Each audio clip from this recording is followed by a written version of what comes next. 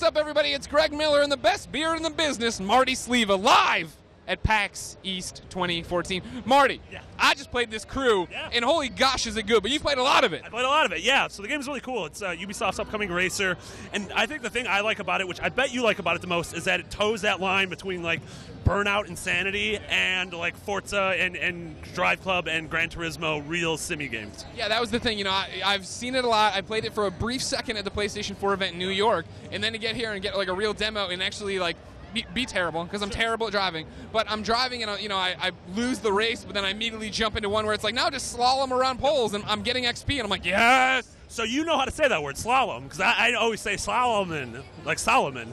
So you said that word well. Where were you in America? Because the whole thing about this game is that you have the entirety of America to drive across. They dropped me in Detroit. I was trying to get to Chicago, but I had some objectives to do. Okay, yeah. So the big thing about this game is that, you can race across all of America. You can drive from LA to New York, and it takes like 3.5 hours or something insane like that. But they have all the major cities. They have a ton of smaller cities in between them.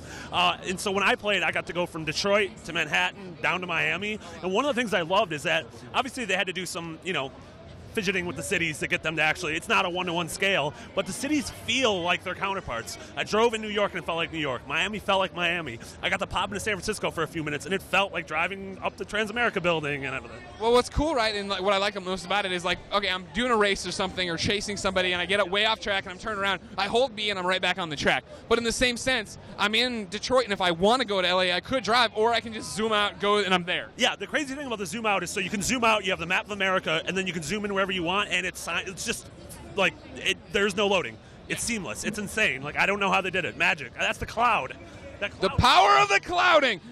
Ladies and gentlemen, of course, the big thing about the crew that we haven't even talked about is this giant multiplayer game you're supposed to play with friends. Yeah, I mean, what they've said is that this is an MMO that just happens to be a racing game. And so, the way you upgrade your cars feels like upgrading your character in, like, World of Warcraft. You have a stat sheet, and I'm not a car guy, but I like putting points into, like, I'm faster now. I have better steering.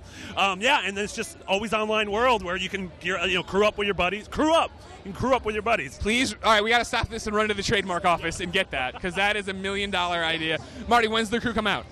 So it comes out this fall when kids are back in school, and it's for PC, PS4, and Xbox One. Well, ladies and gentlemen, for everything about the crew, make sure you keep it right here on IGN.